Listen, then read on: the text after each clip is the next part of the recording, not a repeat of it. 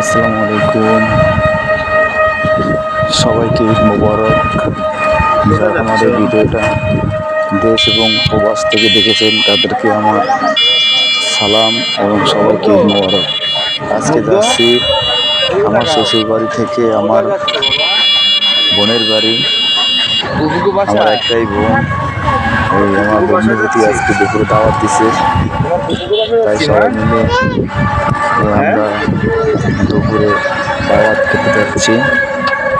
এটা হলো ভোলাফরানগঞ্জ, টাইগার হাটও বলে অনেকে। এটা হলো ফরানগঞ্জ দিয়ে একটু ডাইনে।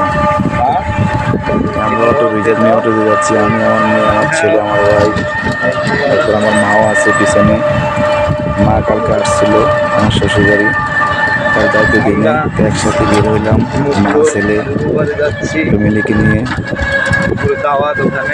অটো দিয়ে ভোলা থেকে, ভোলা স্টেডিয়াম থেকে এই ফরানগঞ্জ রিজার্ভ নিয়ে আসলাম একবারে আপার বাসা পর্যন্ত।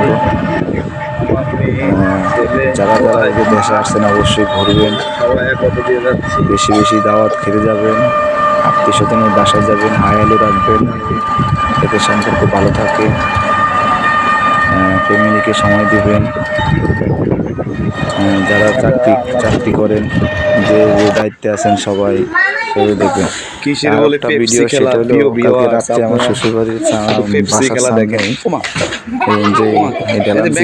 মাঠের মতো আছে, এখানে ছেলেমেয়েরা কি খেলাধুলা করে। কারণ আমি এই সমস্ত বাচ্চাদের খেলাধুলা দেখলে কিন্তু আমার খুব ইমোশনাল হয়ে যায়, কারণ এই সময়টা আমরা পার করে এসেছি, খুব মিস করে এসে ছোটবেলার দিনগুলো। আসলে সেই দিনগুলো মনে করলে কত কিছু করছি, জুতা চুরি, হাড়ি ভাঙ্গা, চোখ ফোলান্তি, কত খেলাধুলা ছিল। এগুলো আবার কি খেলা, লাভ দিয়া অবশ্যই কমেন্টে জানাবেন এটা কি খেলা বলে। এটা রাত্রে ছিল, এটা হলো আমার শ্বশুরবাড়ি। আসলে আমার শ্বশুরবাড়ি ডেলান্সিস, চারদিক দিয়ে দেওয়াল দেওয়া, ভিতরে কেউ ঢোকার মতো। এই ভিডিওটা লাইক শেয়ার করবেন। আসসালামু আলাইকুম।